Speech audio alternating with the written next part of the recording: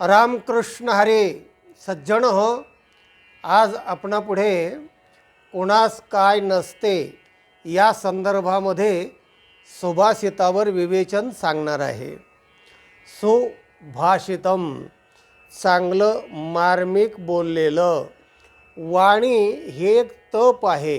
वाणीने चांगलं बोलणं. आता चांगलं चांगलं म्हणजे तरी काय नेमकं, तर सुभाषितम चांगले बोललेले.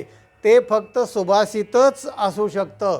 बाकीचे मग सुविचार आहेत, म्हणी आहेत, इतर काही श्लोक आहेत आणि वेदाचे काही महत्त्वाचे वाक्य आहेत. हे जरी सर्व असलं तरी सुभाषित हे एक नंबरला आहे.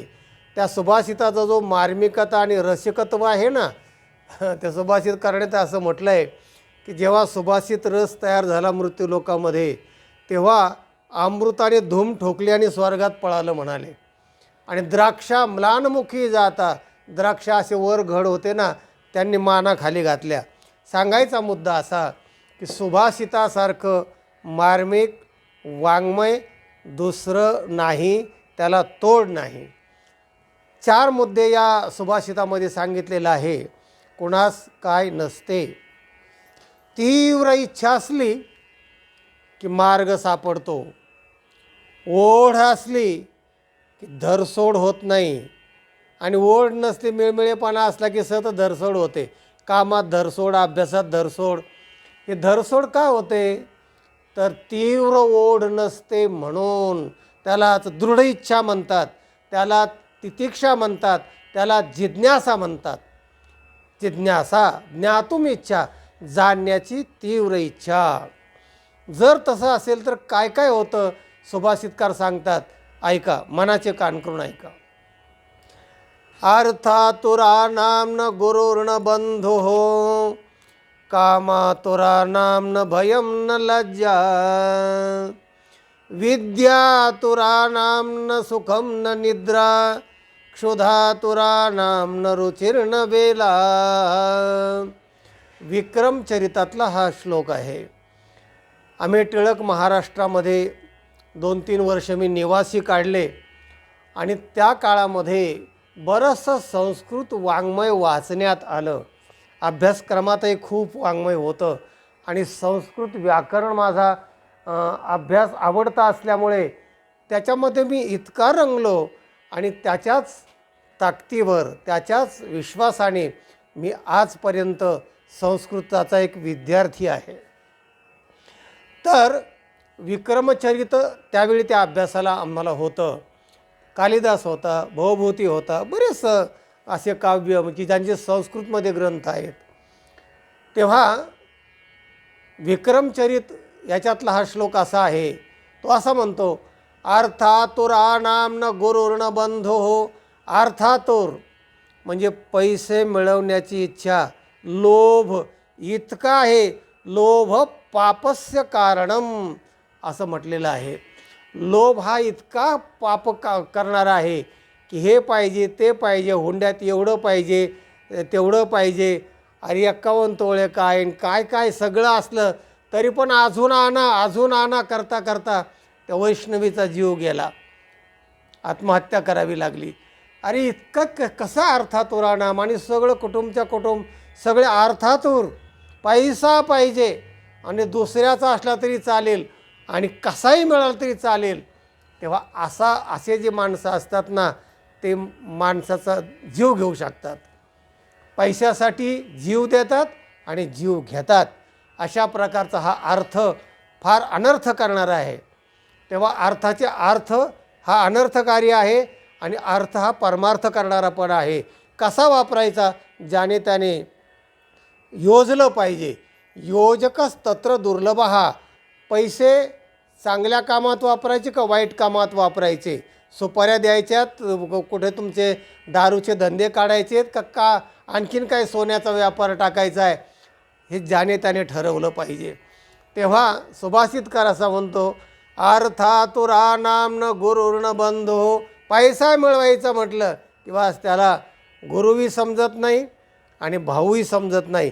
सख्खा भाव पक्का वैरी असा एक सिनेमा निघालेला आहे, जरूर पाहतो. की पक्का वैरी कसा होतो. आणि गुरुचा सुद्धा काटा काढणारे शिष्य आहेत. काही काही शिष्य जे जमा होतात ना ते याच्यासाठीच होतात. गुरुच्या चांदीच्या खडावा आहेत, आश्रम आहेत, सगळं आहे. आणि मग गुरुचे त्याला सेवेला लागतो. आणि जर काही झालं की त्याच्यातून मग निघून जातो. लोभ असतो ना. एका गावामध्ये असेच गुरु महाराज गेले आणि पंक्ती सुरू झाल्या शिष्यांच्या. गुरुच्या नावाने पंगत, दुसऱ्या शिष्य, तिसरा गुरु पंगत.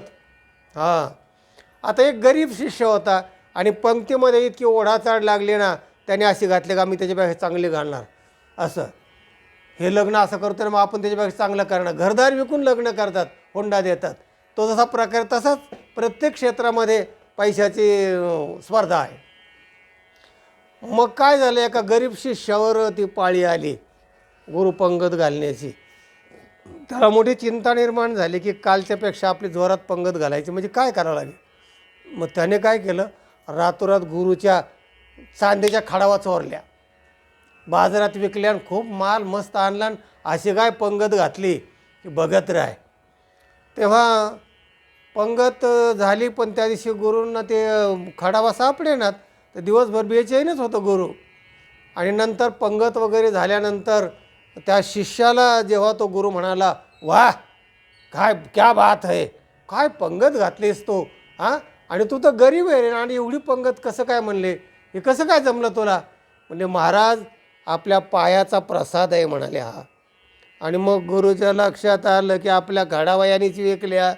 सांगायचा मुद्दा त्याला गुरुबिरू काय कळत नाही, पैसे आहेत ना आणि आपली स्पर्धा जिंकली पाहिजे. असा लोभातुर अर्थातुराणाम असं म्हटलंय सुभाषितकाराने. अर्थातुराणाम न गुरु न बंधू. भाऊ पण त्याला समजत नाही, भावाचे खून करणारे भाऊ आहेत. तेव्हा लोभ पापस्य कारणम असं एक सुभाषित आहे. तेव्हा लोभ जो आहे पैशाचा फार वाईट आहे, जरा सावध राहिलं पाहिजे. दुसरा मुद्दा, कामातुराणाम न भयम न लज्जा. जे कामातुर असतात, जे स्त्रियावर अत्याचार करतात. आता रोज शेकडो प्रकरणं आपण ऐकतो आहोत. अगदी निर्भया हत्याकांडापासून तर आत्तापर्यंत प्रकरणं चालूच आहेत. कामातुर माणसाला भय नाही, लज्जा नाही.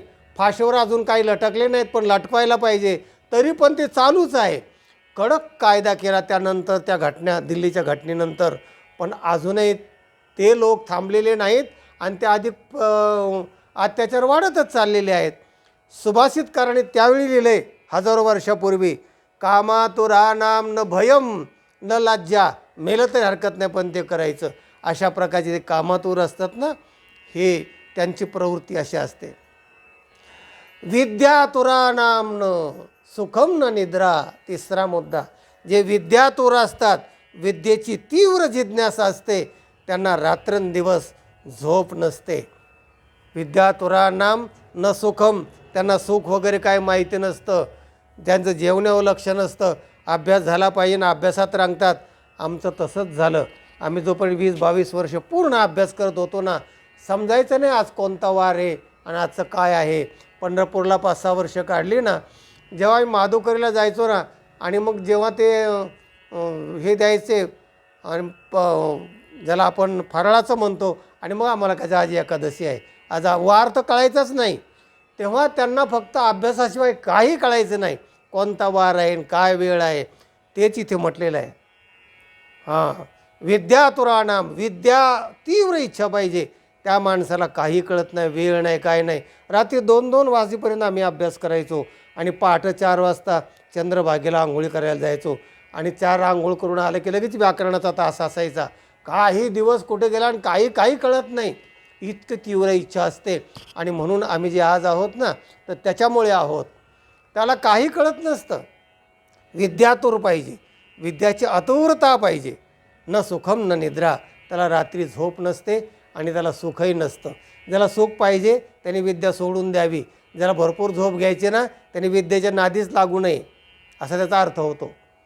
आणि चौथा मुद्दा आहे, क्षुधातुराणाम न रुचिर्ण वेला. हा, अतिशय तीव्र जर भूक लागली ना, तर मग त्या माणसाला न रुचीही गपा खातो. त्याला काय चव बिव काही कळत नाही, त्याला नुसतं खायचं असतं आणि जठराग्नी शमवायचा असतो. न रुचिर्ण वेला.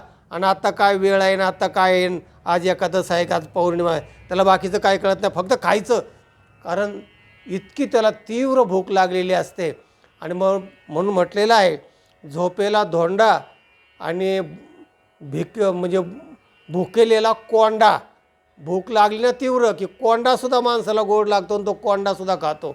कोंडा म्हणजे जे धान्यातून आपण असं पाखडून जे बाजूला कोंडा काढतो ना, ते सुद्धा माणूस खातो. तेव्हा असे 4 मुद्दे या सुभाषितामध्ये सांगितलेले आहेत. बुभुक्षितः किन्न करोति पापम. भुकेलेला माणूस काय करू शकत नाही. सर्पिन आणि बोका भुकेलेले असतात ना, ते आपले पिल्लं पण खातात. तेव्हा भूक फार वाईट आहे. आणि म्हणून सगळे काळ चांगले आहेत म्हणाले. सगळे काळ, सगळे पर्व काळ, सगळे काळ, फक्त माध्यान्ह काळ सगळ्यात वाईट आहे. माध्यान्ह काळ म्हणजे भुकेची वेळ, ही सगळ्यात महत्त्वाची आहे आणि त्रासदायक आहे. तेव्हा काय 4 मुद्दे महत्त्वाचे सांगितलेले आहेत. अर्थातुराणाम न गुरुर्न बंधो, कामातुराणाम न भयम न लज्जा, विद्यातुराणाम न सुखम न निद्रा, क्षुधातुराणाम न रुचिर्न वेला. मुद्दे लक्षात ठेवा आणि ज्ञानात भर घाला, आनंद घ्या, आनंदी रहा. हा व्हिडिओ इतरांना पाठवा, लाईक करा आणि ऐकत रहा. रामकृष्ण हरे.